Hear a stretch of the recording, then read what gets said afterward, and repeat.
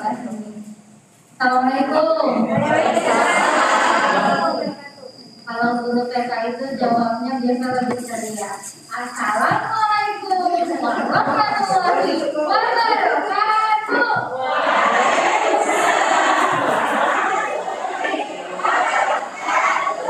Assalamualaikum. Apa maknanya, Bun? Ketika saya menyampaikan dengan nada yang sama, Bunda menjawab dengan nada yang sama. Itu artinya apa? Ketika kita menyampaikan suatu pesan, suatu materi, sebenarnya berat tidaknya materi. Bagaimana cara penyampaiannya?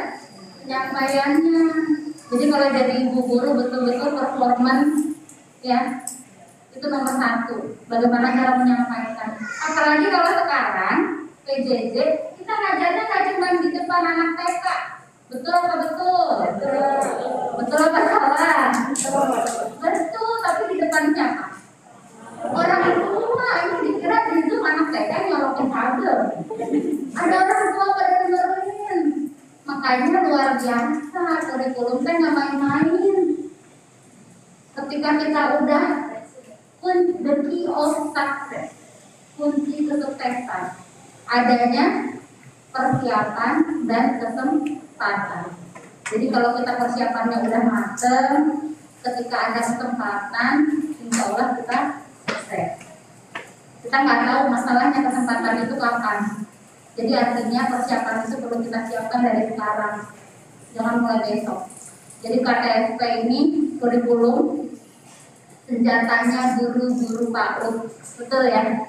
Senjatanya guru-guru PAUD. Kalau mau lembaganya maju, ya kurikulumnya. Punya konsep apa di sana? Oh tadi saya kenalan, saya pengen ngajak kenalan bunda-bunda ngaji. Kalau cuma saya kenalan, saya pengen kenalan sama bunda-bunda. Saya pengen ngajak main kebutan, boleh ya? Boleh minta musik yang ceria dikit? Yeah. Saya pengen dari sini 3 orang, tengah 3 orang, dari sayap kanan 3 orang. Yuk ke depan, main sama saya. Silahkan. Guru TK nggak boleh malu-malu. Mau kenalan, Bun.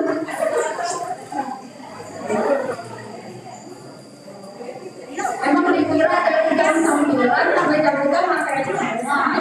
Kayak saya. Jadi saya mau main aja. Nih, itu pengembangan kurikulum kecamatan tahun berapa ya? Lu kerja bareng itu.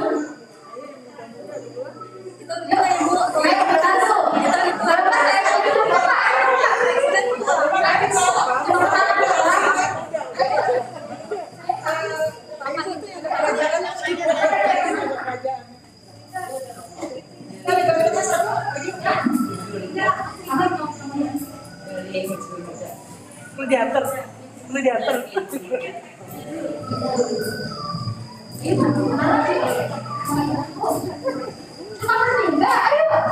Ayo Bun, siapa lagi nih? Bisa ayo.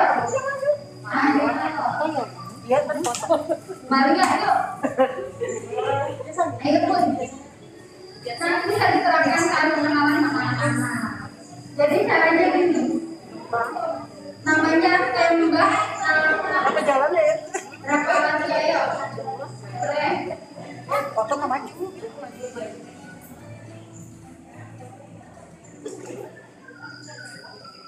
Ya. Permainan yang pertama namanya tembak mama, tembak tahu dor gitu ya. Jadi harus samarin. Nah, cara mainnya harus cepat. Jadi gini, bunda-bunda di depan, saya mau ngajak kenalan, tapi nggak pakai nama beneran.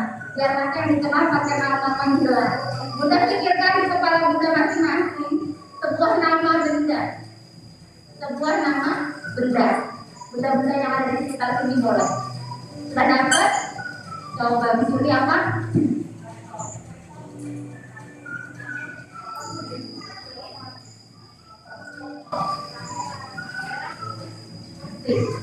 Jadi caranya mungkin setengah lingkaran ya, biar bisa kelihatan nanti wajahnya. Setengah lingkaran gitu biar lopis gitu. Nah, ketika ditunjuk dari Tapi yang disebutkan adalah nama bendanya. Jadi misalnya apa? Laptop. Berarti misalnya yang botol ini. Di sini misalnya laptop langsung muncul botol gitu. Laptop botol langsung cepat botol. Apa tulis? Kalau nulis apa? Kita mudah-mudahan siap-siap pikirkan nama benda. Siapa tahu nanti saya tembak.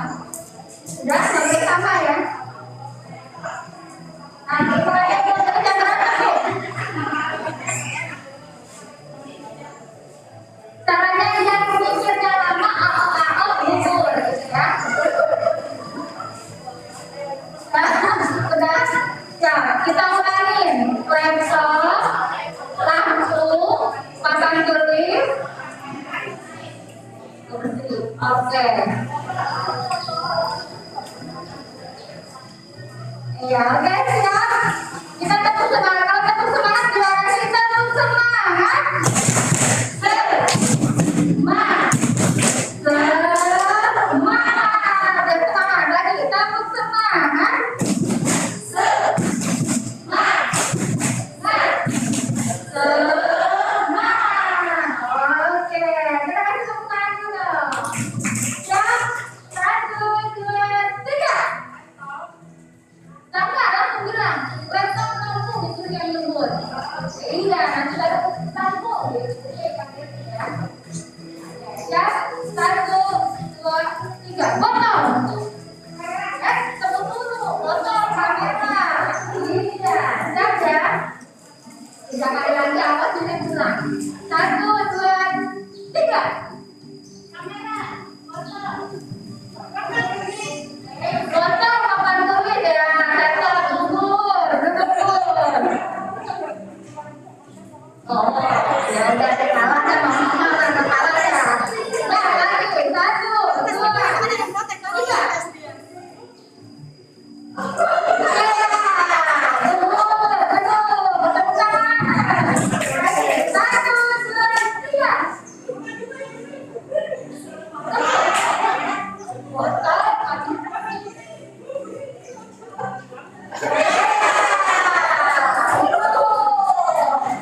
Silakan duduk bunda. Oke, satu kali lagi. 1, 2, 3. Lampu.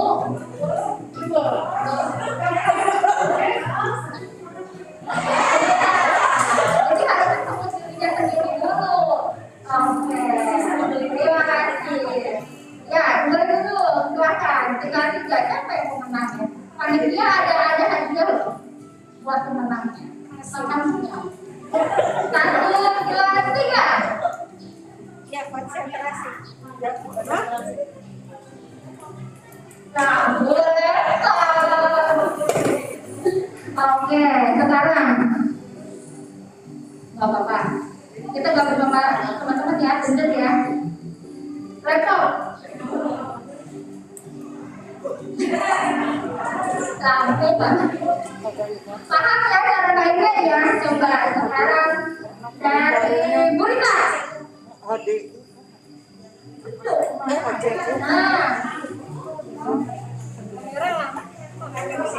iya,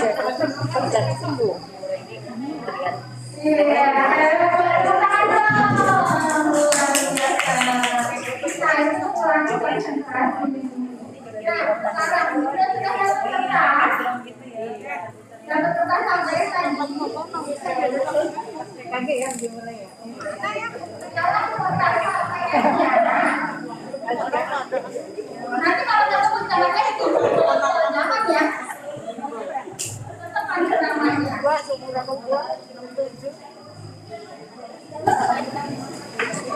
Bunda, kita akan saya dan bunda membuat 9 titik. Silakan buat 9 titik seperti yang saya tampilkan. Pelayar yang 1 titik sama 3 nggak bisa. Boleh dibantu?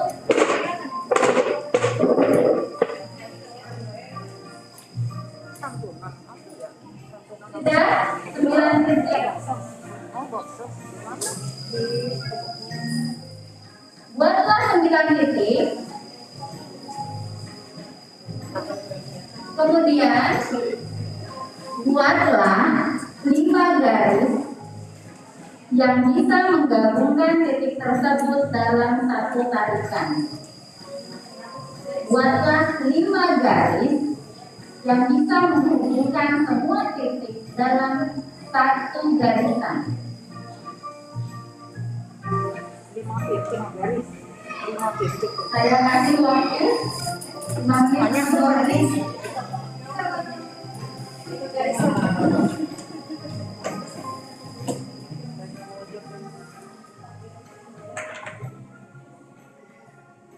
Ya jangan nyontek, tutupin.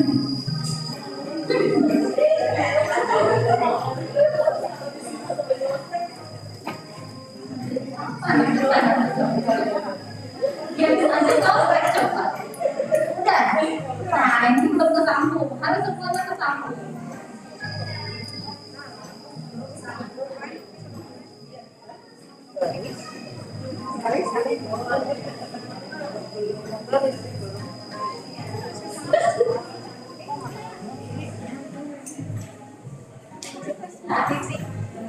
Siapa yang sudah boleh ke kanan? Sudah. Boleh coba ke depan. 35 itu sama Caranya. kira cuma 5 titik doang. Ya kira saya udah semuanya tuh. Semuanya. Iya. Ya. 1, 2, 3, 4, 5. Mau tepuk tangan buat Risa. Ada lagi? Sama. Oke. Ada lagi? Ya, tapi ada titik yang belum kesambung. Iya, harus kesambung semuanya. Ada lagi yang berbeda? Ya, silakan dipraktekin. Satu, 2, 3, 4, 5. Yang bawahnya nggak ada titik. Ininya nggak kesambung. Iya, harus semuanya kesambung. Ada lagi? Ya, silakan Pak. Nanti dapat hadiah dari panitia. Senang. 1, 2, 3. Mana Pak? Saya ini objeknya benar. Yang berapa ini Pak? 1, 2, 3. Nah, kita bisa lompat ke situ gimana? Kita kagak nyambung namanya Pak. Yang satu tarikan nah, satu gitu. Jadi ada satu tarikan nah, Bapak belum. Ada lagi yang lain? Ya, monggo Bu. Beli enggak? Iya, benar. 1, 2, 3, 4, 5. Terus yang bawahnya? Oke, baik, terima kasih. Jadi, kalau tadi boleh ditunjukin punya Bunita sama Bu Yuli tadi ya. Nah, kalau saya bentuknya seperti ini, kayak Bu pakai ini. G, coba kita hitung. 1, 2, 3, 4, 5. Semua titik kesambung. Kesambung. Sampai kata Berarti saya. tadi. Berarti saya benar ini kan bersama. Berbeda, tapi bisa juga ya. Artinya apa? Setiap permasalahan itu ada. Cara saya sama cara Bunita sama enggak? Berbeda. Nah, jadi berbeda ya. Satu lagi mau coba bikin 9 titik lagi. Sekarang saya kasih yang lebih susah. Sambungkan 9 titik berikut dengan 4 garis sekali tarikan. Kalau tadi 5, sekarang 4.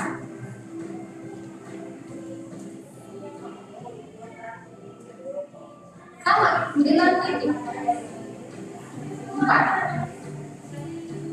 Kalau tadi 5, sekarang 4. Tapi udah selesai.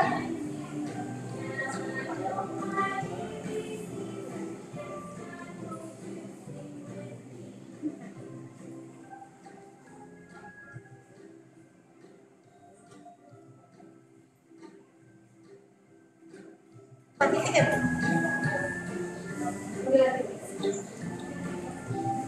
4 titik ya? 4 tadi coba. Udah.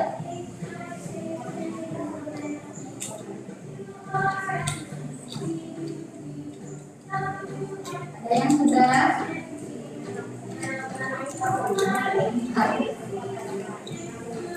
Empat dari satu kali. Nggak boleh melangkah. Tadi udah lihat. Awal. Ya nggak mau.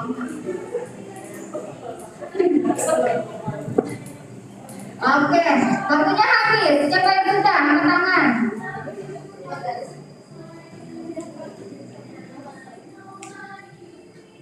MC-nya ikutan loh. Bisa? Udah bu, jalan aja bu, terpusing bu, belum KTP. Udah belum? Masih penasaran loh?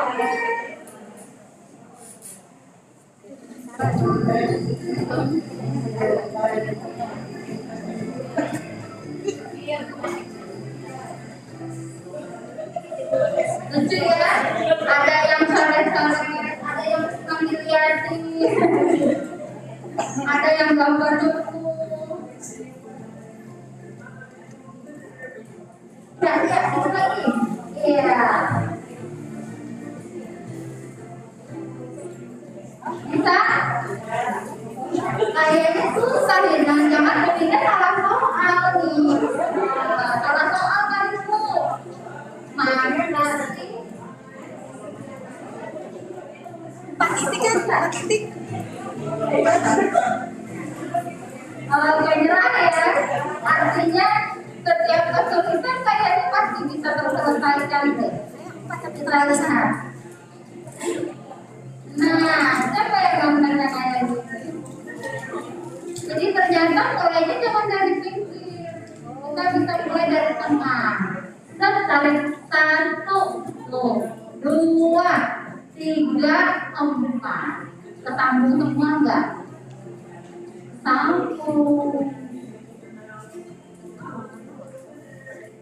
Paham ya bisa ya? Oke, tapi soal ini jangan dikasih ke anak TK ya. Bener. Bingung nanti. Oke, tepuk tangan buat bunda-bunda semuanya. Luar biasa.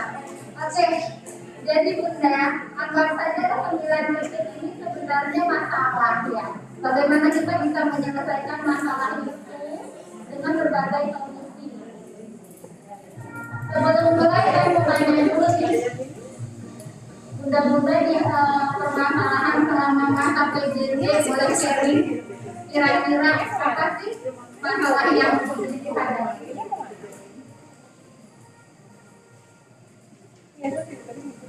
Ada yang mau sharing?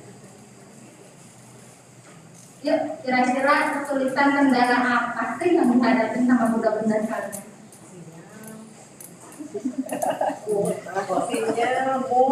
Coba saya pengen dari kepala sekolah 1, ibu guru 1. Ada? Ya, silakan. Boleh dibantu mic-nya, bunda?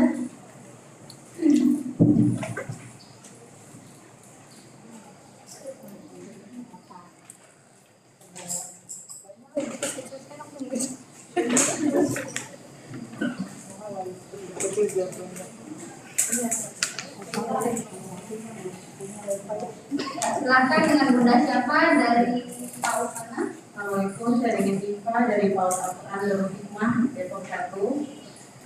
Kalau kesulitan kita di PJJ yang pertama fasilitas ya, pastinya entah sinyalnya, entah handphonenya yang rebutan di rumah. Plus mood ya, kalau saya sih lebih ke mood sama kondisinya anak-anak gitu. Itu sih yang lebih bermasalah. Saya kalau dikasih kegiatan apapun juga, oh ya seru, tapi tetap orang tuanya yang seru, anaknya tetap masih yang ikut-ikut aja gitu. Itu sih yang pasti yang lebih kayak permasalahannya tuh moodnya ya. Dari telepon ntar lagi nangis, ntar lagi apa? Terima kasih. Jadi yang pertama sinyal, sama nggak boleh. sama hampir semua belajar. Yang kedua mood anak, bukan main. Betul. Saat kita pun belum siap gitu ya. Ada lagi nangis. Ada lagi yang lain? Yang mau sharing boleh? Apa lagi curhat didengerin ya? Ya, silakan.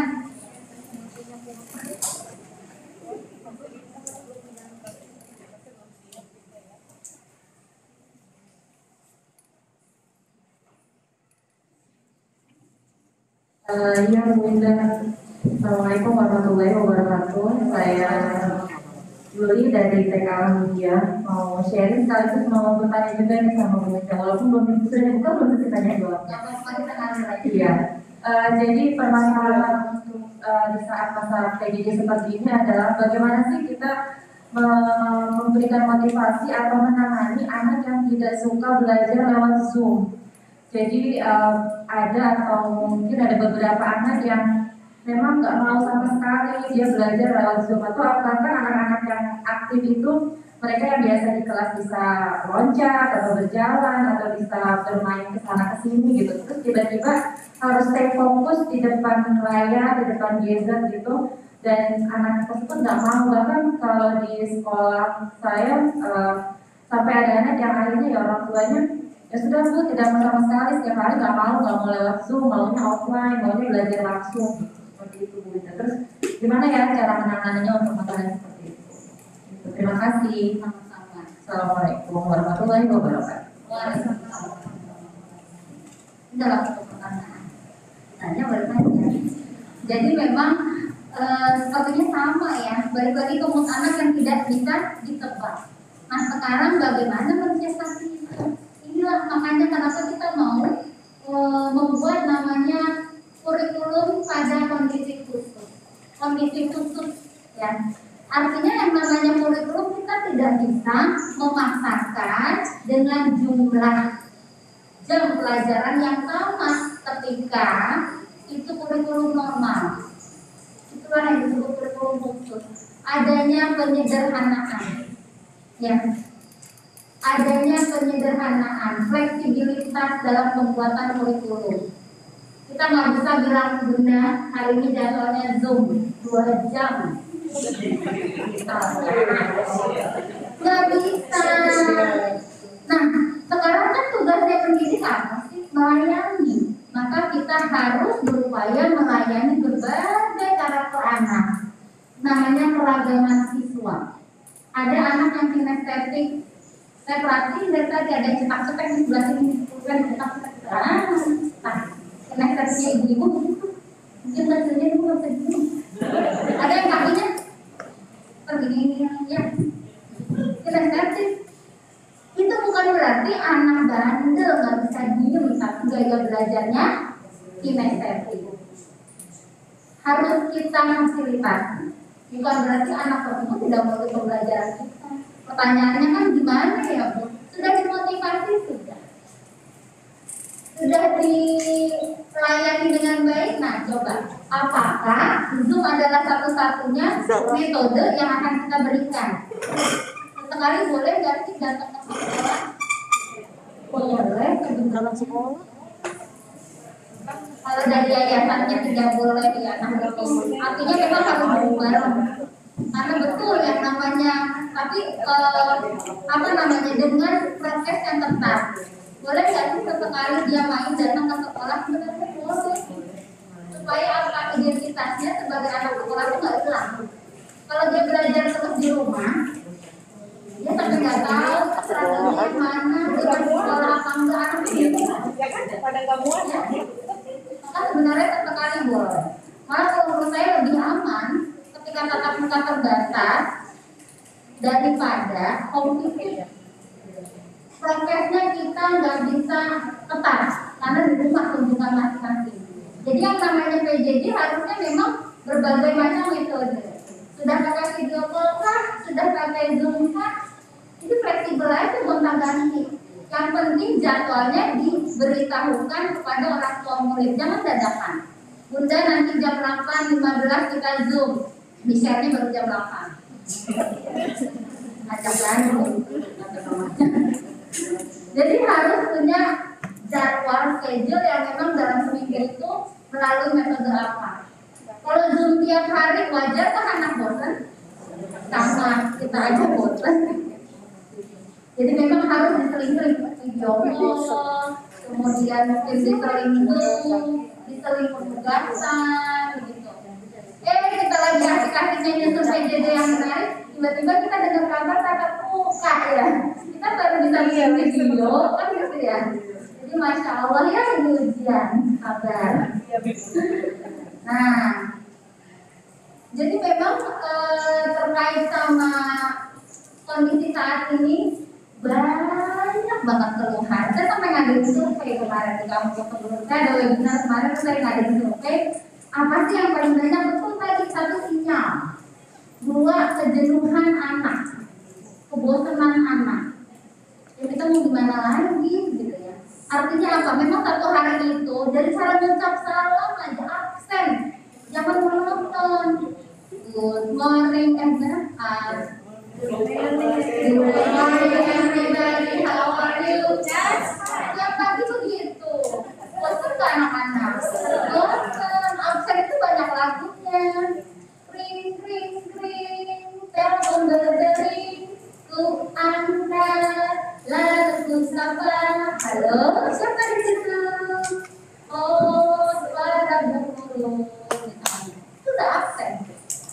Jadi macam-macam. Banyak banget belum absen. Saya yakin belum di sini kali ini. Itu dari cara absen aja. Jadi Zoom itu terkadang juga kita lupa kalau misalnya itu seperti tatap muka. Gitu. Bu guru kadang pakai apa namanya? Perabotan lemong, aksesoris. Jadi kalau menjelaskan dari tema aja udah nggak bosenin. Jangan anak-anak, tema hari ini adalah dan teman untuk anaknya. Tapi ketika kita mau menyampaikan tanaman misalnya ya, nah tiba-tiba gurunya ada di luar kan Zoom-nya. Wah, anak-anak nggak pakai dijelasin. Bunda di mana? Nah, jadi penjelasan memang udah ngalir aja tuh. Ada di mana ya? Itu tuh ada pohon. Nah, jadi tanpa ngejelasin aja dari anak-anak. Gitu. Jadi Zoom juga bukan dulu harus di kelas. Boleh sekali-kali apa namanya coaching virtual kayak gitu ya, itu mungkin salah satu cara ya untuk mengatasi kejenuhan siswa. Kemudian yang selanjutnya juga bagaimana bekerja sama sama orang tua. Jadi memang betul yang diedukasi tidak hanya anaknya, tapi bagaimana kita memberikan coaching kepada orang tua. Bagaimana memotivasi orang tua untuk memotivasi anaknya. Karena kenapa? Kalau orang tua itu nggak kita dampingin, anaknya bisa stres. Orang tuanya bisa stres. Ibu gurunya stres. Semuanya stres. Aku mau pulang aja. Lihat tuh, ada yang mau transfer. Aku mau pergi aja ke rumah guru, mama segalak. Berapa banyak anak kita yang ngadu kayak gitu? Banyak. Gimana rasanya belajar dari rumah? Aku gak sanggup lagi. Mamaku galak daripada ibu guru di sekolah. Kesehatan anak-anak. Terus ketika kita memberikan tugas yang banyak, ada nggak yang komplain sama orang tua di sini? Ada. Banyak. Kenapa? Kebanyakan tugas gitu ya. Saya itu yang dinamakan dengan penyederhanaan kurikulum. Ketika kompetensi sebenarnya bukannya harus mutlak diberikan kompetensi inti dan kompetensi dasar itu, tapi bagaimana mengadopsi kompetensi itu berdasarkan kebutuhan, gitu. Ketika di situ misalnya HG-nya ditulis mau berbagi bersama teman, wah kita maksain pokoknya harus berbagi sama teman, ke tetangga itu, kan guru lagi COVID tidak sama tetangga berbagi makanan. Bisa diganti sama apa, Bu? Bisa diganti sama apa tadinya? Berbagi dengan anggota. Itu yang fleksibel. Emang kadang bisa diganti. Nah, nanti kita bisa lagi.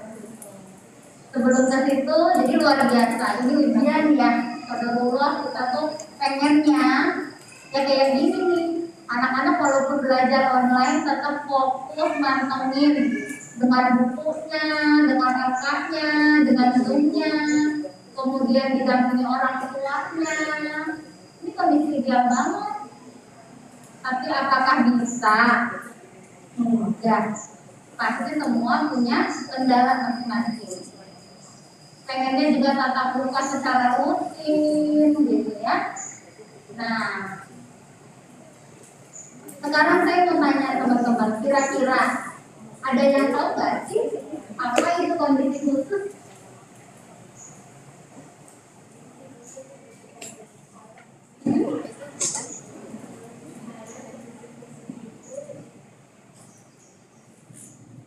Menurut saya, kondisi khusus itu seperti yang kita alami sekarang, yaitu adanya pandemi COVID-19 dan bisa juga kondisi bencana alam. Betul. Terima kasih. Jadi yang namanya kondisi khusus sebenarnya itu adalah sebuah bencana, baik bencana nasional maupun bencana lokal, bencana daerah itu juga bisa dibilang kondisi khusus. Bisa pandemi, kemudian ada apa nih? Gempa bumi, tanah longsor. Ketika ada gempa bumi, tanah longsor, sekolah aja ambruk. Apakah kita memaksakan anak-anak untuk tetap datang ke sekolah? Tidak mungkin. Kemudian bencana-bencana alam yang lainnya ya, seperti gunung meletus, kebakaran, tsunami. Nah, kemudian apa nih yang gambar ada tanknya ini? Daerah konflik. Daerah konflik rawan perang. Ada nggak di Indonesia? Masih ada nggak daerah rawan konflik? Masih di mana? Di Papua. Kantor aja pada dijaga sama polisi. Terus di mana lagi? Masih ada ya, Sulawesi kemarin ya. Ada rame-rame juga. Aceh aja ternyata masih ada ya yang rawan. Nah, jadi artinya ketika itu tidak memungkinkan untuk dibuka layanan pendidikan seperti normal, maka harus ada tanggap darurat. Nah, disinilah yang berimbasnya adalah sosial dan pendidikan. Artinya kita harus mampu menyesuaikan itu dengan kondisi ini. Begitu juga dengan kurikulum. Kita nggak bisa di tengah perang kayak di Gaza gitu ya, anak-anak harus datang ke sekolah gitu. Nggak mungkin melampaui diri aja dan susah, apalagi harus belajar. Nah, jadi di sini penanggulangan bencana diatur oleh Undang-Undang Nomor 24 Tahun 2007, di mana bencana adalah peristiwa atau rangkaian peristiwa yang mengancam dan mengganggu kehidupan masyarakat, baik faktor alam maupun faktor non alam. Kalau pandemi itu faktor alam atau non alam? Alam atau non alam? Non alam, tapi berimbas kepada sosial juga ya. Nah, ini dia COVID-19, penyebaran coronavirus disease dicanangkan sebagai bencana nasional non alam yang membutuhkan layanan pendidikan kondisi khusus. Nah, sekarang pertanyaannya, apakah kita sudah punya kurikulum yang memang siap dilaksanakan selama GDR kemarin? Sudah betulkah kurikulum kita? Sudah belum? Belum tahu gitu ya. Jadi saat kemarin BDR bikin ini bikin itu kita ikut. Tapi pertanyaannya, nah ini sekarang kayak evaluasi akhir tahun aja nih, sudah tepatkah yang kita buat kemarin? Dengan seadanya masih shock awal-awal kan gitu ya, pakai cara apa shock loh. Terus sampai ya ampun, waktu itu kalau nggak salah pas Maret itu udah siap banget lomba porternya. Udah jadi pokoknya tuh seberapa gitu. Jadi shock semuanya, sampai anak-anak pun shock sudah siap, sudah siap gitu ya. Jadi setahun pertama kemarin itu semua dikagetkan sama pandemi ini. Dan itu butuh waktu, boro-boro langsung, oke, masuk, kita siapkan DDR, enggak. Butuh nata hati dulu kan. Belum lagi mungkin ada yang narik anaknya, demo SPP turun. Tahu aku, saya juga biasa ngerti. Tapi apa? Bagaimana kita melayani itu? Yang penting kebutuhan anak tidak kita kurangi. Alhamdulillah, enggak jadi turun.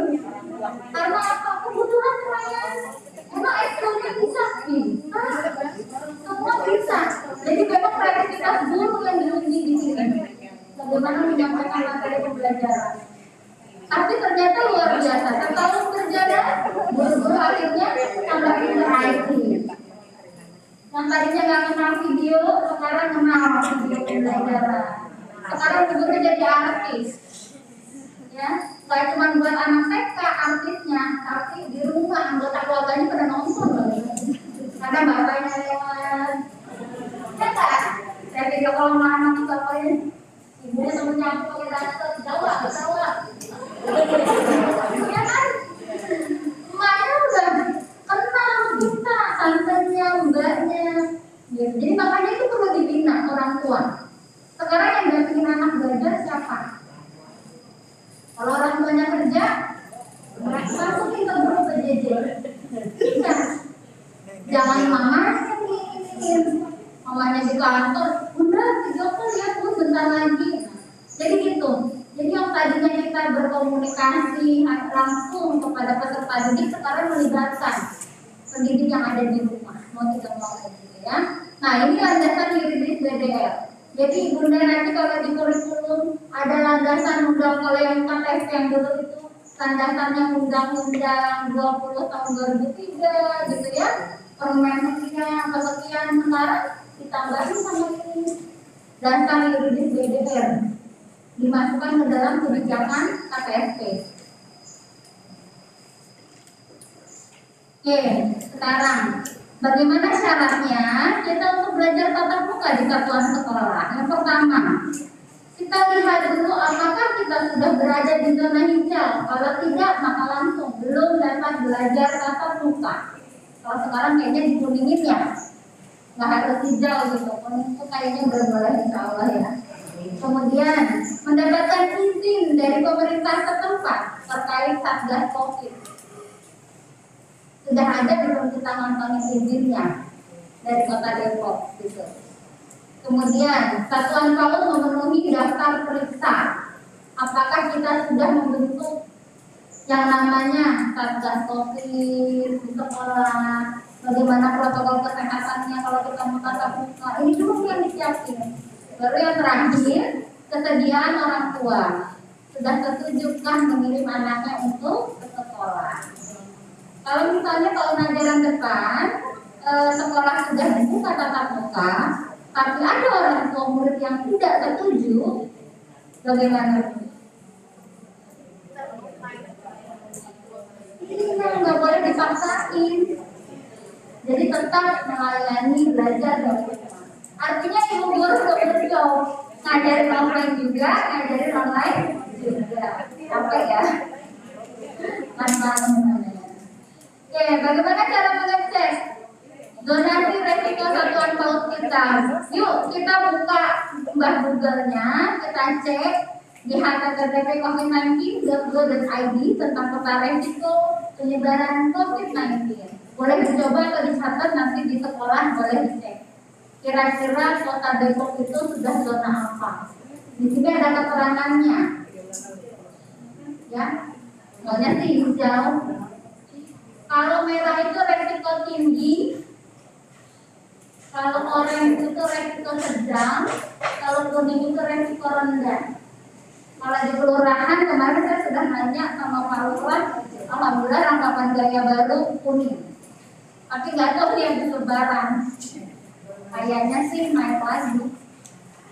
Mudah-mudahan ya. Rata-rata naik di daerah Jawa karena pada mudik. Nah, ini. Makanya kenapa pentingnya di gugus supaya kompak nih Bu. Satu sekolah mau buka enggak? Gitu. Makanya harus ngecek bareng-bareng dengan satuan gugusnya. Kita berada di wilayah apa? Datangin ke kelurahan. Tanya sama Satgas Covid, kita udah ada di zona apa? Karena sebenarnya kalau dari Mas Menteri, kalau daerah yang kuning boleh ya kemarin udah banyak di daerah-daerah yang tatap muka. Ada tatap muka percobaan. Kita tunggu dari Depok bagaimana. Kalau memang udah boleh, lanjut ya. Tapi balik lagi itu tadi kita harus mengantongi surat kesediaan orang tua. Nah ini untuk cara ngeceknya. Ada yang berhasil ngecek? Bisa? Oke, sekarang pendidikan dalam kondisi khusus.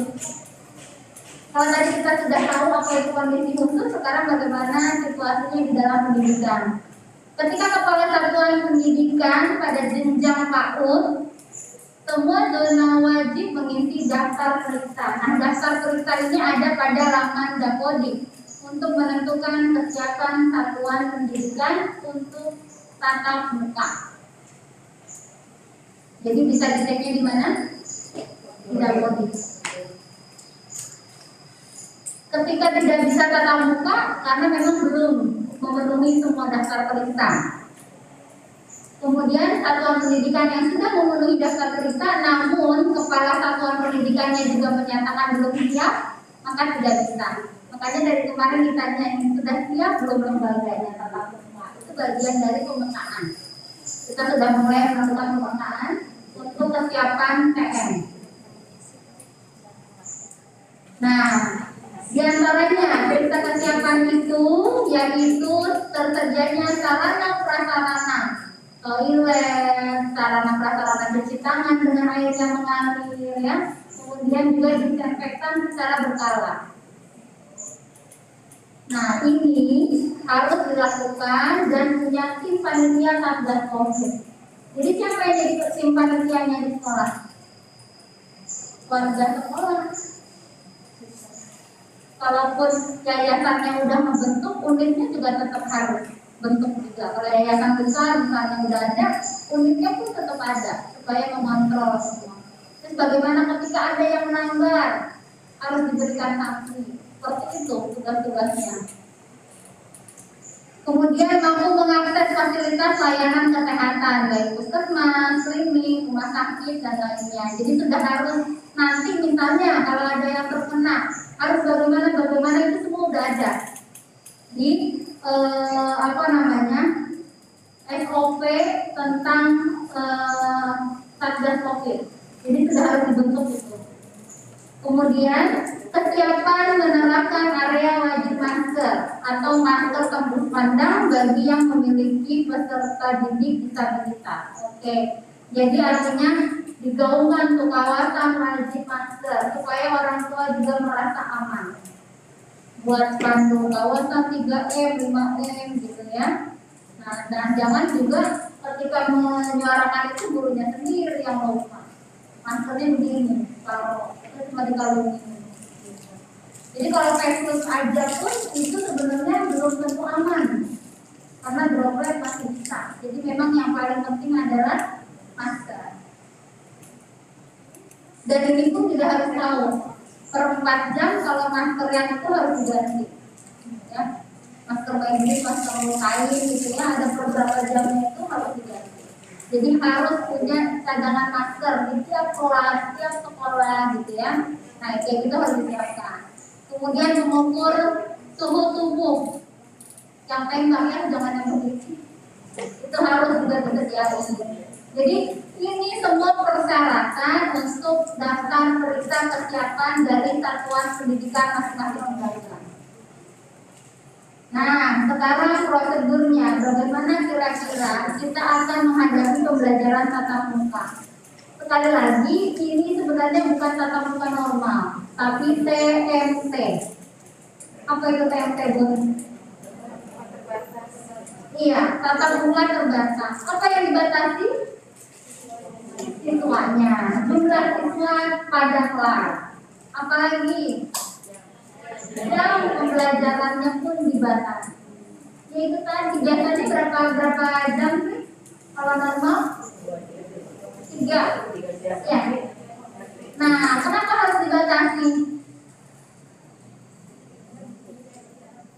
Karena datangnya per sesi, ya. Ketika yang biasanya 20, nah dibagi 2, biasa 15 gitu ya, dibagi 2, jadi 7 gitu. Kemudian kenapa sih supaya dibatasi? Supaya berjarak. Kayak kita nih seminar pengennya mah sekali berung 100 peserta, tapi nggak bisa karena harus berjaga jarak. Makanya nanti pengukuran tempat duduk siswa juga harus dengan jarak yang jelas. Sekarang kita masuk kepada kurikulum PAUD-nya. Bun, apa sih yang dimaksud dengan kurikulum?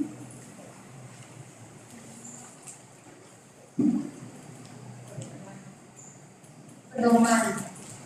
Pedoman apa?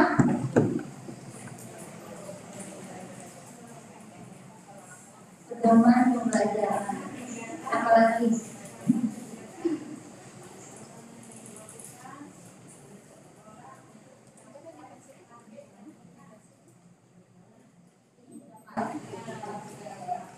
Ya, jadi kalau pedoman dalam hidup itu apa, Bun?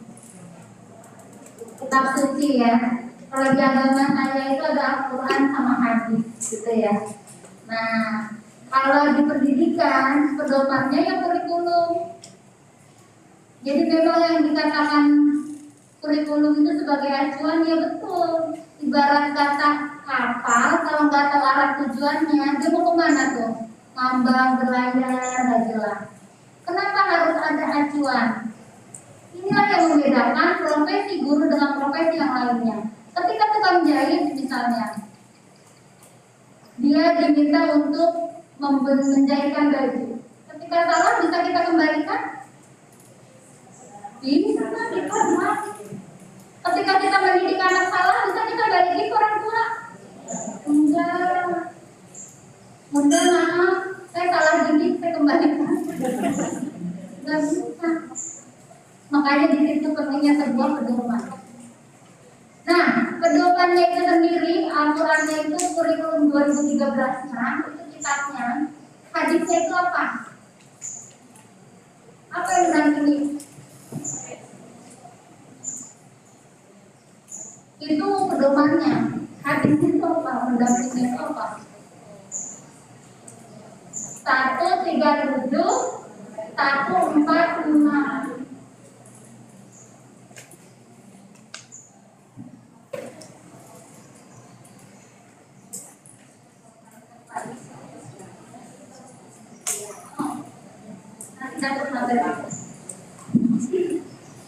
Sebenarnya tadinya materinya di buku PAUD yang ada pengurus intinya.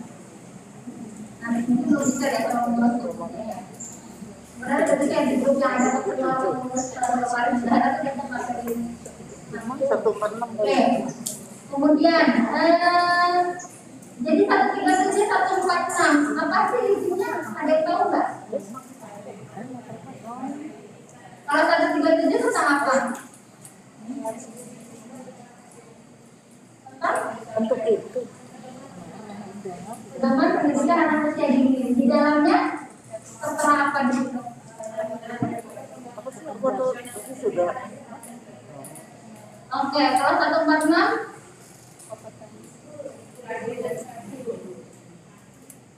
pada punya nggak sih? Punya nah, Kang Loren coba dibaca apa Bu? Kalau nggak punya saya kirimin softwarenya. Ada yang mau? Atau tidak semua? Mau? Harus ada soalnya ini. 146 ini tentang kurikulumnya, kurikulum 2013-nya ya. Nah, coba dibuka di dalamnya ada apa? Ada yang namanya kompetensi. Kemudian kalau di 137-nya tentang ini ada KIKD di dalamnya. Ini bagaimana kita merumuskan kurikulum. Kalau di 146 tentang STPPA. Jangan tertukar ya. Ulangi, 137 tentang KIKD, 146 STPPA. Singkatannya dari apa? Royokan nih jawabnya. Standar tingkat pencapaian perkembangan anak. STPPA, di mana di situ setiap tahun fase perkembangan anak ada tugasnya. Emang anak kuliahan doang yang ada tugas? Anak bayi baru lahir langsung ada tugas? Iya, jangan dikira, aku tidak mau banyak tugas, tidak mau hidup penuh beban, kembalikan aku ke masa kanak-kanak. Kata anak-anak, siapa bilang ada tugas? Tugas perkembangan banyak. Anak 1 tahun biasanya bisa apa? Jalan, itu udah tugas perkembangan. Anak 2 tahun biasanya suka apa? Bisa apa? Berbicara, itu namanya tugas perkembangan. 3 tahun toilet training dan lain-lain, banyak sekali tugasnya. Itulah tugas pendidik. Kenapa dimulai dari 0? Karena tadi seperti Bu Eni sampaikan ya, bahwa anak usia dini itu sebenarnya dari 0 tahun. Bahkan pendidikannya itu dari prakonsepsi sebelum hamil. Sudah ada pendidikannya. Bagaimana menyiapkan kondisi fisik dan psikis calon ibu. Gitu. Oh itu nanti berkait-kaitan gitu. Jadi itu tadi pendampingnya dalam penyusunan kurikulum harus ada 137 dan 146-nya supaya kita melihat kalau kita merancang kurikulum harian itu, ketika kita merancang program bisa jadi tidak sesuai dengan tahapan perkembangan anak. Banyak anak yang diajarkan dengan tidak sesuai tahapan perkembangan anak. Akhirnya apa? Anak itu sebenarnya diajarin apapun bisa. Anak 2 tahun bisa baca nggak? Bisa kalau mau. Saya bisa nerapin anak 2 tahun bisa baca. Metode Prespa, belajar itu 2 tahun ya. Pepo, red gitu ya. Tapi sesuai nggak sama kata perkembangannya? Tidak. Kalau di drill apapun bisa. Ketika kita bikin teh, kita mau ngasih gulanya banyak dan cepat manis, rasanya jadi enak nggak? Ya. Pokoknya yang instan pasti hasilnya beda.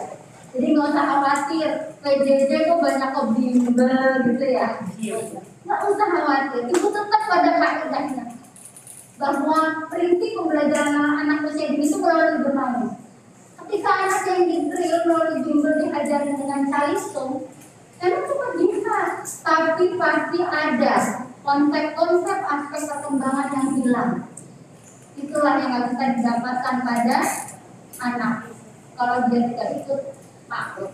Jadi yang kita jual, jangan merasa terancam, beda kelas, beda prinsip. Yang penting sekarang prinsip apa yang kita tonjolkan, kegiatannya melalui pembelajaran. Justru saya beruntung sekali ketika PJJ, orang tua jadi ngerti kegiatan kita, ya, kegiatan melalui bermain, kegiatan melalui apa yang menantang, itu kita justru tunjukkan, gitu.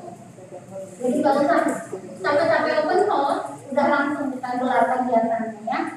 Oke, jadi itu kurikulum merupakan suatu pedoman atau acuan pendidikan untuk mencapai tujuan pembelajaran. Kita pakainya masih kurikulum 2013. Memang yang saya telaah, Kurtilah itu merupakan kurikulum yang paling sempurna, yang mudah-mudah gitu ya. Karena kalau di Kurtilah itu betul-betul tidak lagi mengedepankan kepada kompetensi-kompetensi yang dasar, tapi kompetensinya disikat, itu luar biasa. Pendidikan karakter yang utama. Ada berapa kompetensi inti? Ada 4. Apa aja? 3. Yang pertama, ingat Alhamdulillah dulu, berarti sikap spiritual. Baru Alhamdulillah, berarti sikap sosial. Baru setelah akhlaknya, keagamaannya bagus, perilakunya bagus, kita tanamkan apa? Sikap pengetahuan. Setelah anak tahu, anak ada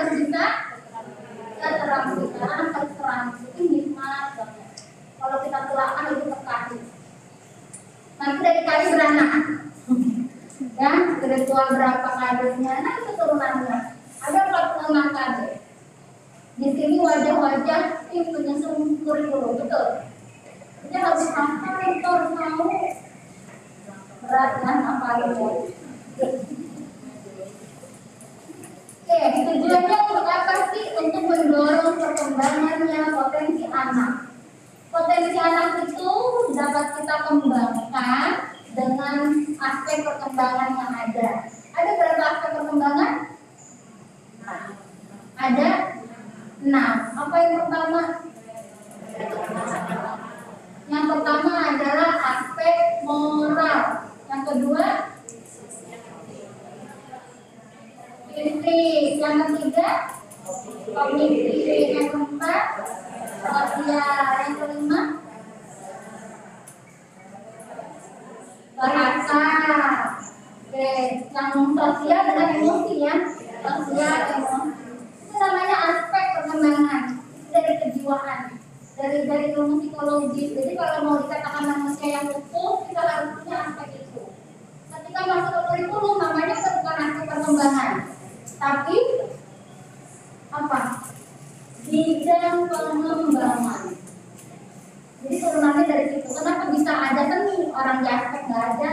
Karena beda hal, bukan aspek lagi, tapi bidang pengembangan. Untuk program pembelajaran, namanya bidang pengembangan. Ada berapa bidang pengembangan? 6. Sebenarnya kalau dari teori barat itu ada 5 aspek. Moral itu nggak ada. Tapi tetap moral harus dimasukin, bahkan yang pertama. Nah kalau di bidang pengembangan itu ada tambahan 6 ke yang membedakan dari mana sih ujuk-ujuk ada bidang pengembangan. Jadi dari aspek perkembangan, dari dimensi perkembangan hukum manusia ya. Nah, jadi tugasnya untuk itu mempotensikan aspek-aspek perkembangan yang dimiliki oleh anak. Itu tujuan kurikulumnya. Makanya ketika yang dikejar hanya caliso, dia nggak dapat jadi anak yang utuh berkembangnya. Oke, kita skip aja. Dan tadi, nah sekarang bagaimana sih prinsip-prinsip dalam mengembangkan kurikulum? Ada 3 hal di sini. Boleh dicatat. Yang pertama kondisi, potensi, sama daya dukung.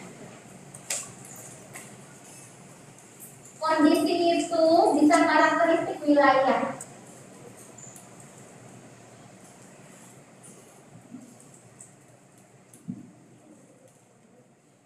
Bunda, nggak usah ngajarin buah stroberi jauh-jauh, adanya di Lembang.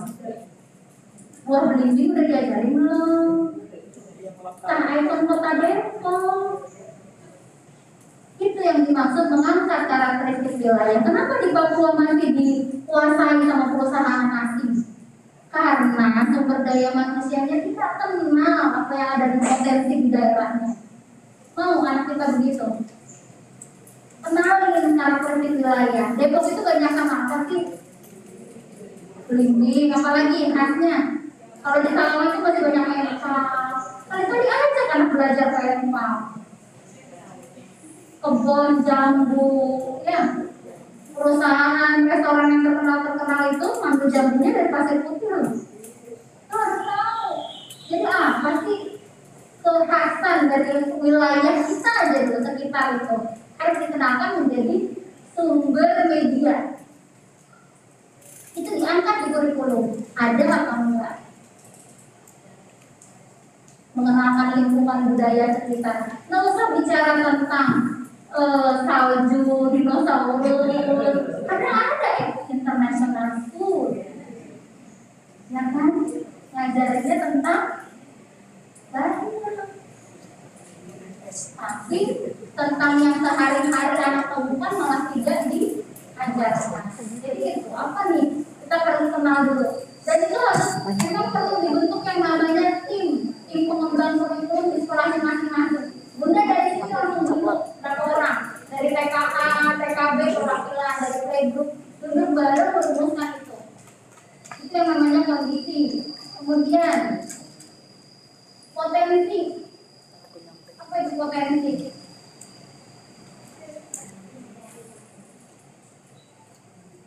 Potensi dan daya dukung sebenarnya hampir sama. Jadi gini,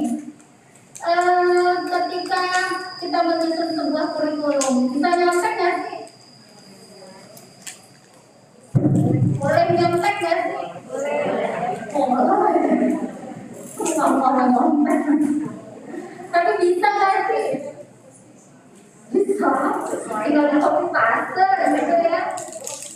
Oke, jadi sebenarnya dibilang boleh boleh, dibilang bisa bisa.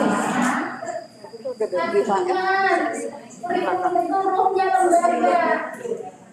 Ketika ibu menyusun kurikulumnya copas, bu, lembaga mana tetanggaan kita, enggak kita lihat ya, masternya aja ganti. Saya pernah digituin jujur. Artinya apa? Tapi berarti oh iya, kita kasih tahu bahwa ada kekhasan di situ.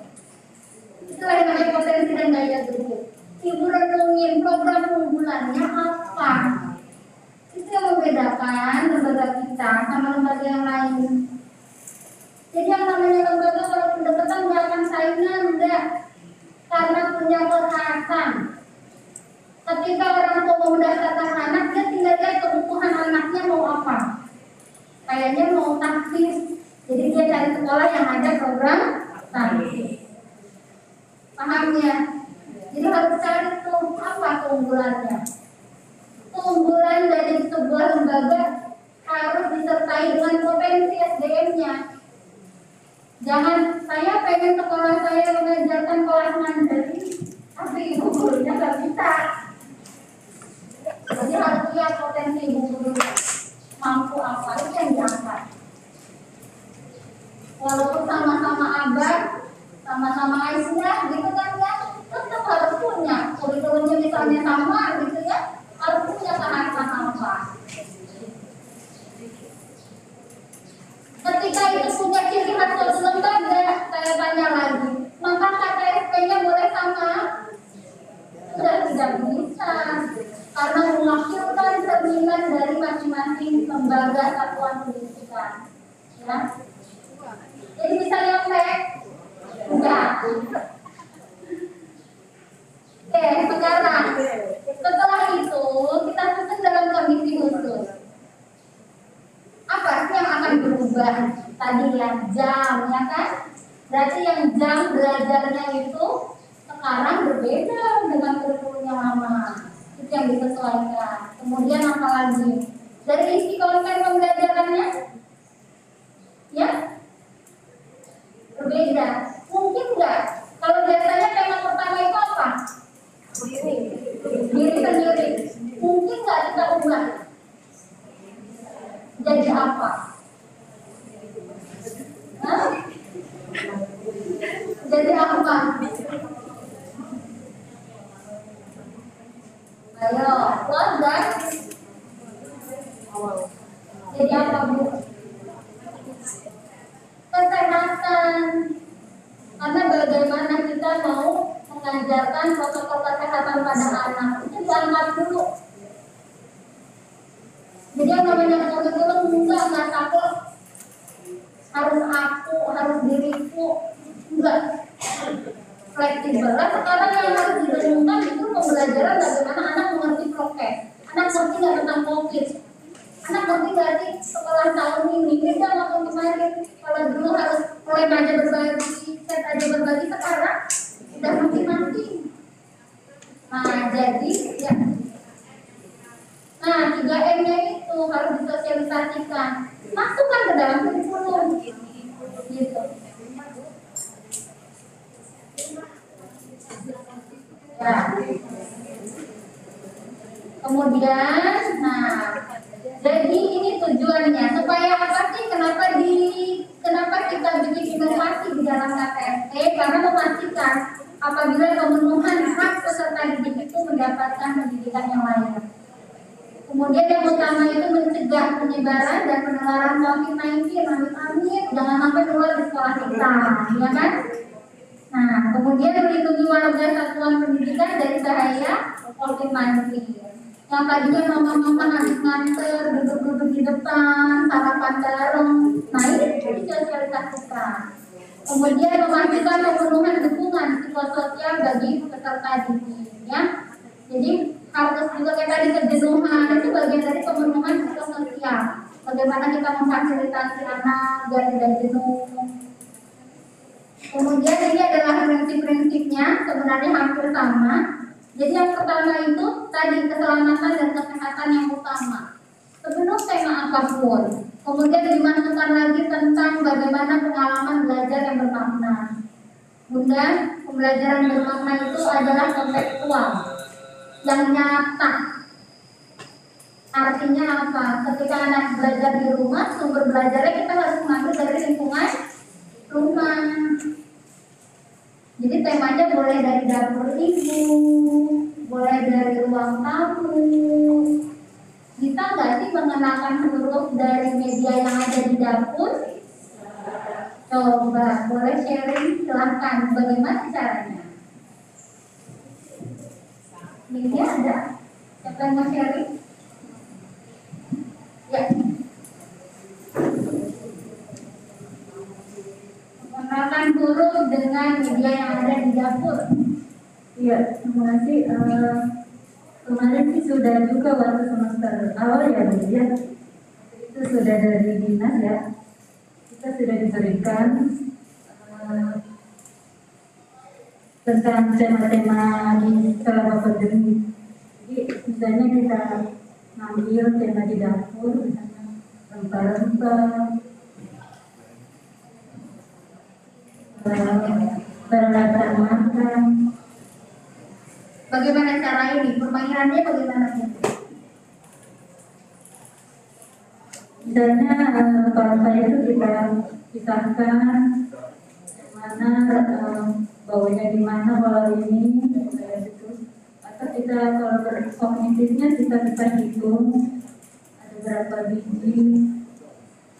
Oke, untuk kognitif ya, jadi bisa berhitung, bisa pengetahuan umum dan sains, mencium bau ya. Kalau huruf bagaimana huruf?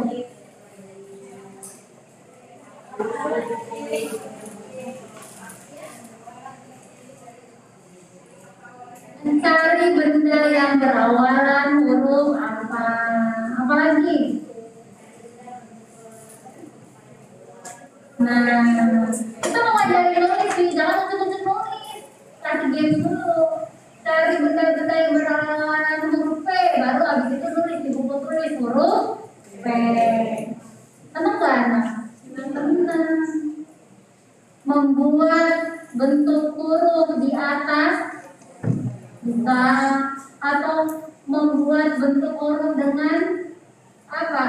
Bawang merah, biji-bijian ya, sebelum menulis itu. Oke, kemudian harus ada umpan baliknya. Umpan baliknya di sini berupa kualitatif, artinya berupa kata-kata umpan balik itu. Karena Bunda kalau dulu umpan balik langsung dirasakan sama anak, sekarang orang tua juga merasakan. Ibu, kok tugas anak saya nggak dikomen? Nah, hati-hati, kita harus memberikan umpan balik ya pada setiap apa yang anak kerjakan. Kemudian pola interaksi dan komunikasi yang positif, itu tadi yang saya bilang. Kalau perlu ada mbaknya yang dampingin di rumah, mbaknya yang kita ikut campur ajak bagaimana cara mengajarkan pada anak.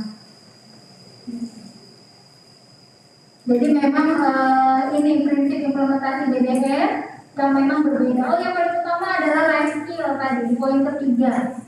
Ya, life skill itu ketika di rumah juga jangan lupa harus ditanamkan. Bagaimana life skill di rumah? Apa sih life skill? Kecakapan hidup. Yang pertama adalah self skill. Kecakapan hidup menolong diri sendirinya dulu, baru menolong orang lain. Apa contoh kegiatannya Bu? Mencuci tangan, apalagi mengajikan baju, membuat kucing sendiri, mengalir sendiri, menyisir rambut. Sebenarnya gampang bikin kegiatan. Kadang suka sepaneng ya, beda apalagi itu loh. Pasti. Jadi dari keseharian aja.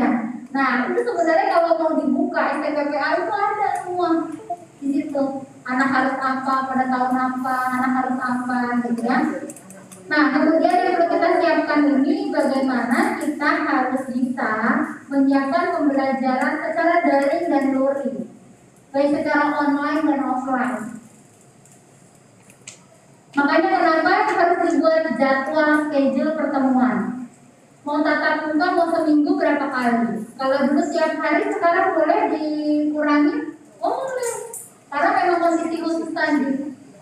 Mungkin nggak tatap mukanya seminggu 3 kali aja, 2 kalinya online. Bisa. Makanya memang harus duduk bareng. Kenapa? Karena ketika kita melayani semua, yang tadi saya bilang, gurunya dia betul.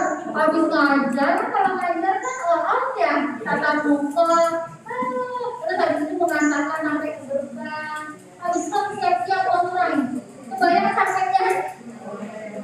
Maka itu perlu dibuatkan jadwal tatap muka, jadwal daring, jadwal luring, itu harus ada.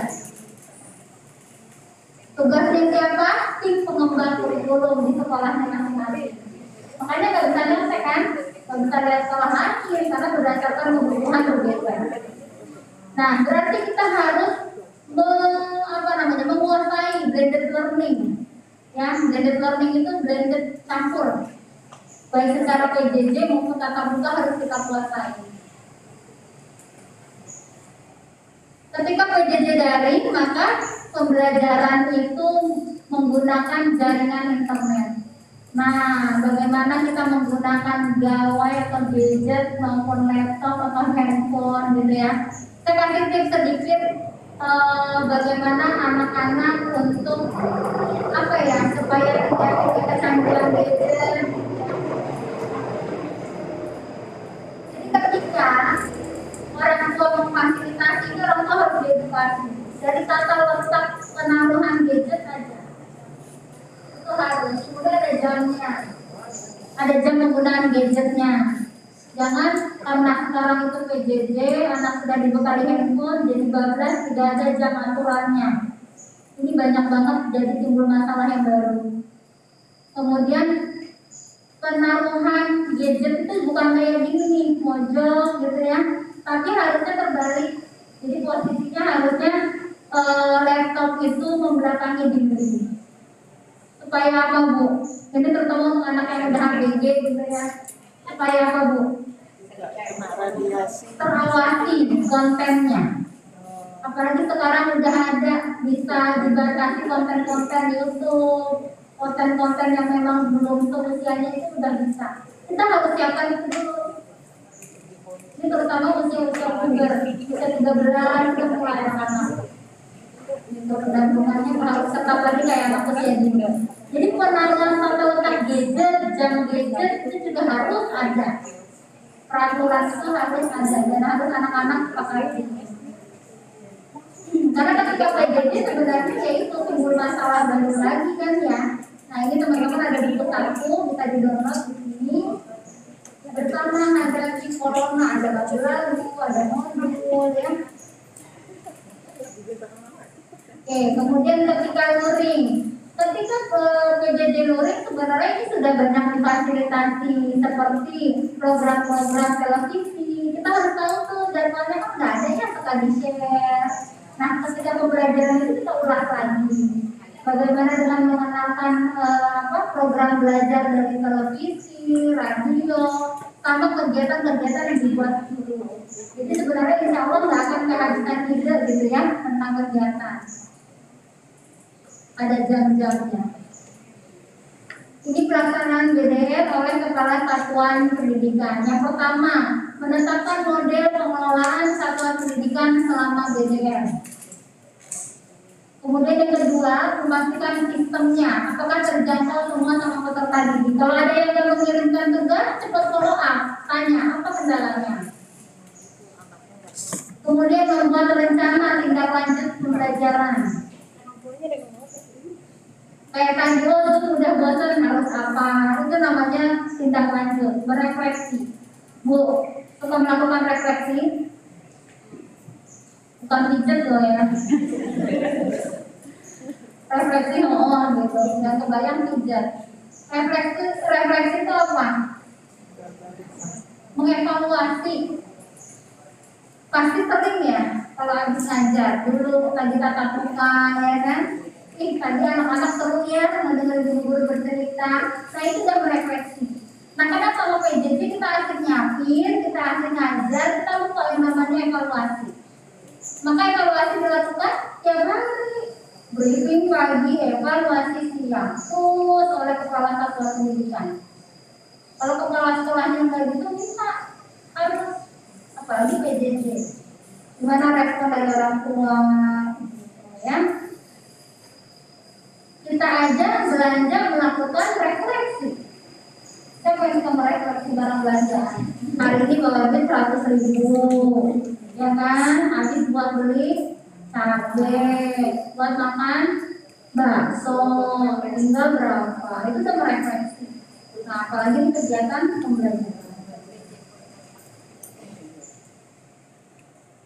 Oke, kemudian materi-materi ini sama oleh guru juga sama tentang bagaimana luring ya, kita skip aja. Oke, jadi yang pertama ini harus disiapkan dan disampaikan oleh orang tua. 1, penyesuaian jadwal. 2, kondisinya seperti apa. Kita harus sampaikan real-realnya. Tetangga TK sebelah kena COVID, sampaikan. Berarti tidak memungkinkan untuk tatap muka. Kemudian relaksasi pengumpulan tugas, jangan sakur-sakur amat ibu ngumpulin tugas harus jam 1. Guru kan sampai mau pulang begitu. Ya biarin aja ngumpulin jam berapa, besok guru nilai. Kemudian orientasinya pada proses. Jadi walaupun PJJ terkadang kan hasil ya, yang kita terima itu sebenarnya produk hasil. Bagaimana menilai proses? Bisa nggak sih anak diminta untuk menceritakan? Bisa. Jadi jangan kalau PJJ yang disetorkan kegiatannya itu hasil, kita menilainya dari hasil. Tetap yang namanya asesmen itu dari awal sampai akhir. Artinya apa? Proses yang dinilai. Kemudian ada kesepakatan. Adanya kesepakatan antara guru dan orang tua. Bagaimana menjalaninya. Jadi memang pentingnya rembuk, duduk bareng, rapat sama orang tua murid, apalagi di tahun ajaran. Ini mau bagaimana nih kondisi kita kayak gini, kemudian sistem pembelajarannya kayak gini. Setuju nggak, ada masukan apa atau enggak?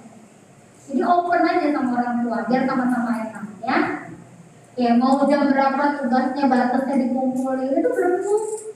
Gitu. Oke, sampai sini ada mau ditanyain? Silahkan.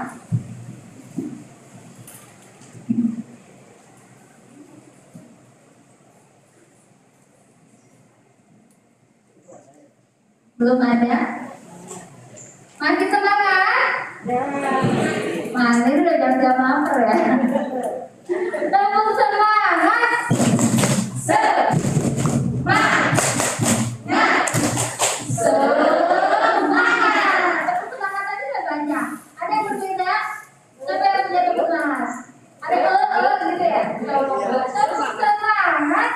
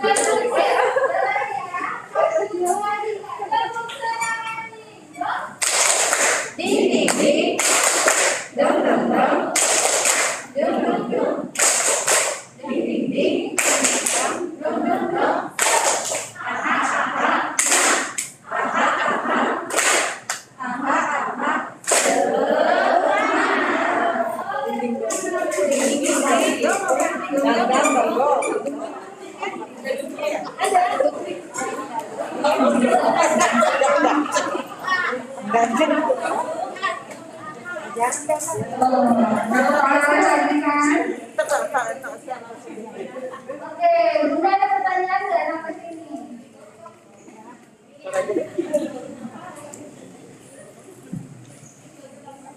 Kalau enggak saya belajar nyanyi dulu kan? Boleh nyanyi? Boleh. Tapi Bunda nyanyi, soalnya saya nggak bisa begitu Bunda nyanyi.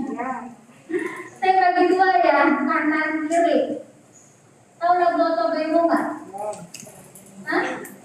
Pernah dengar lagu Oto Bemo nggak? Belum? Asik. Saya kasih tahu. Ini berarti konsentrasi nanti dari katanya. Ikutin ya. Oto Bemo, Bemo, Oto. Dibalik. Bisa? Lagi. Oto Bemo, Bemo, Oto. Beroda tiga, tiga beroda. Tandanya kemana? Beroda tiga, tiga beroda. Di tengah-tengah kota, kota di tengah-tengah. Datang nona, nona datang. Silakan naik, silakan. Nona bilang, bilang nona tidak punya uang, uang tidak punya. Konsentrasi berarti nih. Lagi. Nona bilang, bilang nona tidak punya uang, uang tidak punya. Jangan kasih saja.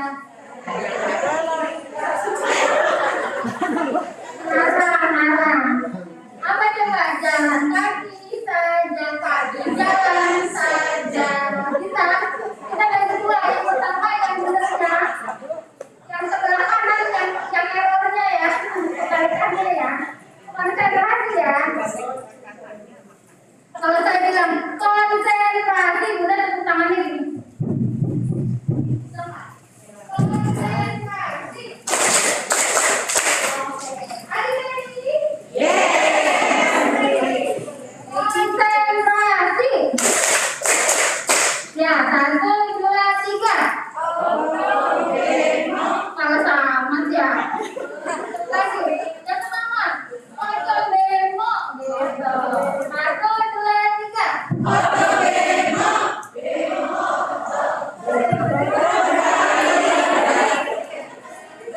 Cepat ya. Oto Bemo, Bemo. Mana kan adanya? Bemo, Oto, gitu. Beroda tiga, tiga beroda. Tegang banget. Lagi ya, siap. Konsentrasi. Oto Bemo,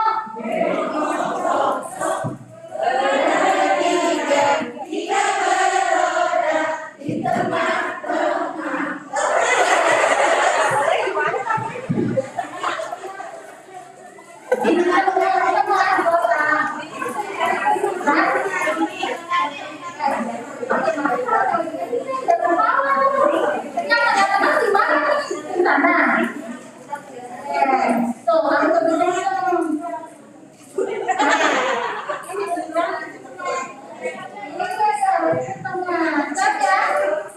Satu,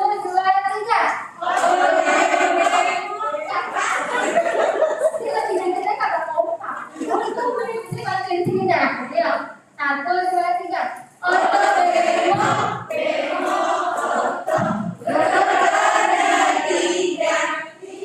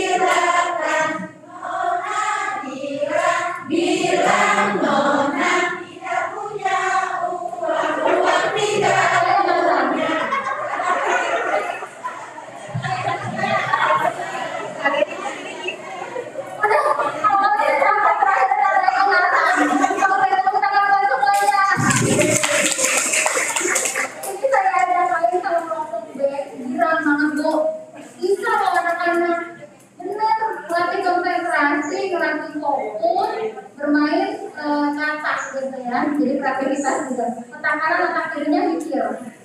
Gitu, oke. Udahin nanti aja berikutnya. Oke, kalau nggak ada pertanyaan, kita lanjut aja nih. Lanjut ya. Lanjut semangat kan? Tuh, saya sampai aktif ya, ini sama tukang minum. Saya boleh minum dulu. Sekarang lagi. Dikasih. Kalau nggak mau ganti, nggak usah ke workshop. Kalau menurut ganti, saya bayar terus ganti.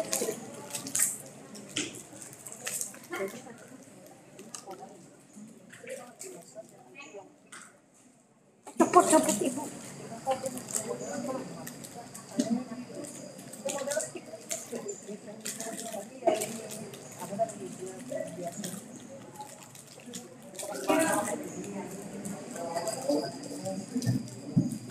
Ya, lanjut ya. Saya langsung aja ke langkah-langkah bagaimana mengembangkan kurikulum. Ada 9 langkah. Yang pertama, identifikasi dulu potensi bencana yang ada di satuan paut kita.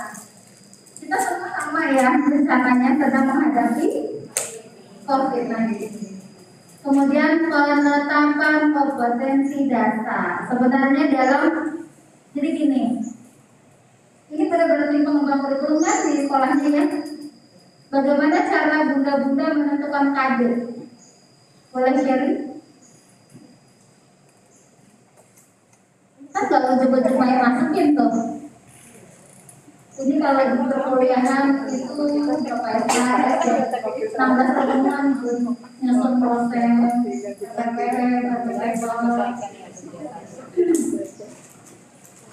Adik itu kalau ujuk-ujuk ada dari sononya, kita tinggal coba juga. Makanya saya senang sama K13 ini, guru diajak mikir. Kalau dulu itu indikator udah ada, ya permen 58 dan sebelumnya itu indikator udah ada, itu kita tinggal menyalin. Sekarang indikator siapa yang bikin? Indikator itu siapa yang bikin?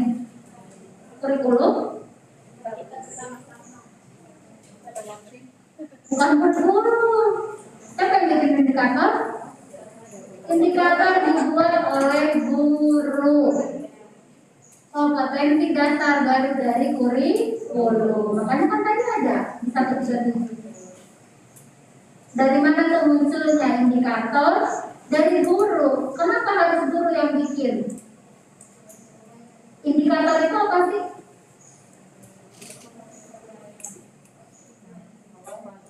Iya. Capaian perkembangan. Kalau ada R-nya, itu berarti alat ukur sebenarnya. Alat ukur pencapaian perkembangan anak, itu indikator. Ketika merumuskan indikator, kenapa harus yang buat itu guru? Karena yang tahu anak capaiannya sedang di mana adalah guru kelasnya masing-masing. Ibu sama-sama ngajar di kelas B, B1, B2. Apakah tahapannya sama? Bisa jadi beda. Di kelas yang satu mengajarkan konsep bilangan angka 3, di kelas B2 mengajarkan konsep bilangan angka 4. Indikatornya apa? Dapat memahami, kan gitu ya? Dapat memahami konsep bilangan. Tulis 3, konsep bilangan 4. Itu kenapa indikator itu berbeda setiap kelas. Guru yang merumuskan. Beda lagi sama KD. Kalau KD kita lihat kompetensi dasar untuk anak kelompok usia berapa. Kalau kelompok usia A itu berapa tahun?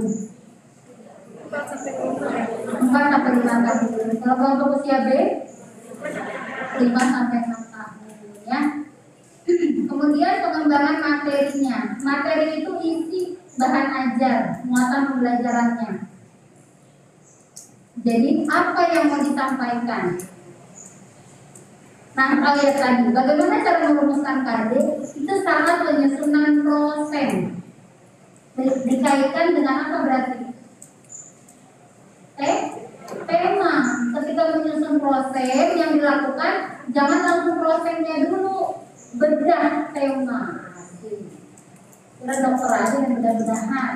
Guru juga bisa bedah tema, bedah tematik.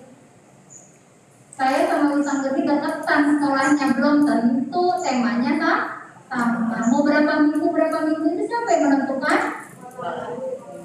Tim kurikulum. Makanya perlu duduk bareng. Kita mau tema apa nih? Berapa minggu nih? Lihatnya dari mana? Nih, ya kan? Ada berapa hari belajar efektif? Dibagi berapa tema? Tema apa aja? Berapa minggu? Susun. Baru di situ dimasukkan kade-kadenya. Jadi gak main masukin semua kade 46-nya itu ya Bu, enggak. Harus dipilih. Ada yang apa? Kompetensi yang pertama. Yang pertama, mempercayai adanya Tuhan dari kita. Bisa masuk ke semua tema? Bisa. Tema kendaraan bisa. Siapa yang menciptakan kendaraan? Itu bisa. Jadi tim kurikulum itu luar biasa. Otak. Ya kan? Gak boleh asal tahu tapi gak pikirin. Materinya ini tema kendaraan. Masuk gak ya kade? Ada 46 kade ditelaah. Tuh. Kerja dia. Banyak kalau perlu. Di sini ada kepala sekolah. Nah, kita bebas. Karena tim kurikulum yang otak. Makanya dicari beberapa yang pintar. Kemudian pengembangannya tak hanya cuma materi, tapi juga pembiasaan. Karena kalau kita mau mengedepankan sikap, bicara tentang akhlak, moral, kalau untuk anak usia dini, kita nggak diajarkan melalui materi. Enggak, tapi melalui pembiasaan. Kemudian media, bahan yang digunakan, ya. Kemudian pengembangan tema itu tadi saya udah, kemudian perencanaannya, baru kepada perencanaannya. Dan yang terakhir adalah penilaian. Sebentar lagi mau bagi rapor. Ini perlu disampaikan juga. Bahasa penulisan rapor pada PJJ berbeda loh, sama bahasa ketika rapor yang tatap muka biasa. Jadi rapor juga penilaian itu kan tadi dari awal sampai akhir. Bagaimana kita memproses itu? Ibu lakukan dari penilaian harian, ya kan? Terus mingguan, bulanan, semester. Ada yang tahunan? Tidak ada. Saya mau tahunan tuh salah. Jadi yang namanya perencanaan, yang namanya penilaian, ibu guru kalau bikin rapot nggak boleh nerawang, tapi merekap. Kalau dulu kan ngumpet ngisi rapot, nerawang itu namanya, berarti tidak otentik, nggak pakai data. Kalau nerawang harusnya direkap. Oh iya, moralnya BSB. Dari mana tuh BSB?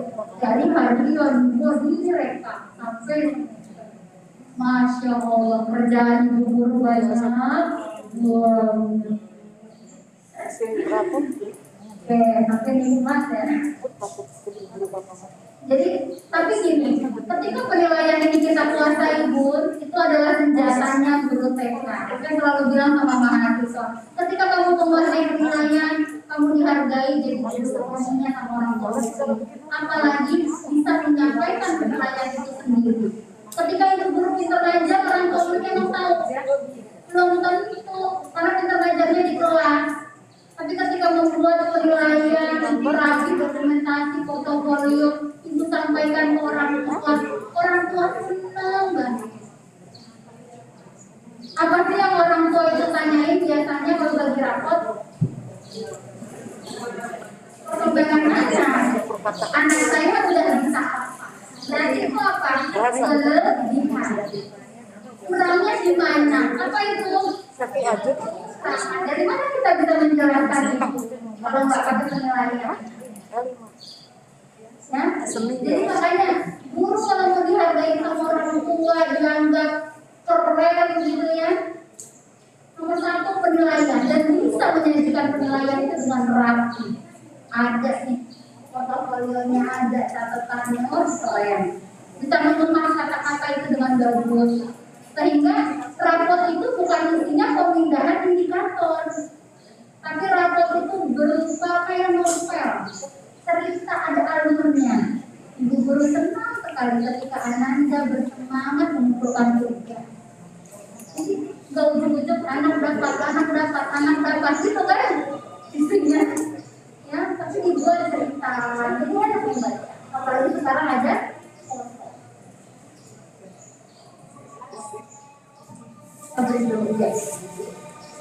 iya, baik. Oke, baik. Ini tentang langkah-langkah pembentukan kurikulum. Pada sesi berikutnya kita langsung praktek, kita telaah buka KTSP-nya bersama-sama ya. Itu aja dari saya di sesi pemateri ini. Teman-teman kita beri soma dulu. Saya kembalikan kepada MC. Assalamualaikum warahmatullahi wabarakatuh.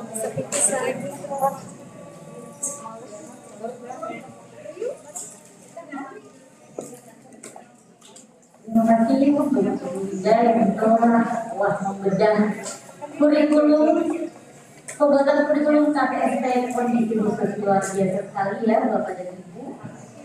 Karena waktunya sudah azan zuhur, maka dari itu kita semua untuk istirahat, istiqomah bagi Bapak dan Ibu yang ingin melakukan sholat zuhur bisa berjamaah. Sholatnya di sebelah sana. Terima kasih. Wah, anak bebek juga.